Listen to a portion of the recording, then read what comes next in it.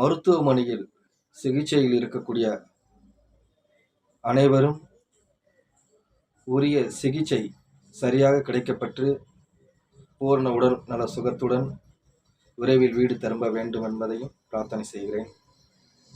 இந்த பெருந்துயரத்தில் இருந்து மீள முடியாமல் இருக்கும், குறிப்பாக குழந்தைகளையும் வீட்டில் பெண்களையும் கணவனையும் பிள்ளைகளையும் பறிகொடுத்த அந்த குடும்பத்தாருக்கு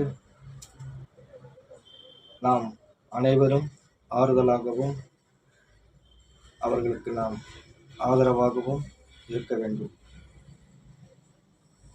இது பலவித கோணத்திலும் பலவித சூழலிலும் இந்த தவறுக்கு பலவித காரணங்களும் உள்ள அழைக்கப்பட்டிருக்கின்றன. ஒருவர் மாறி மாறி குறைகளை சொல்லிக்கொண்டு அரசியல் செய்து கொண்டிருக்கும் சூழலும் இது அல்ல.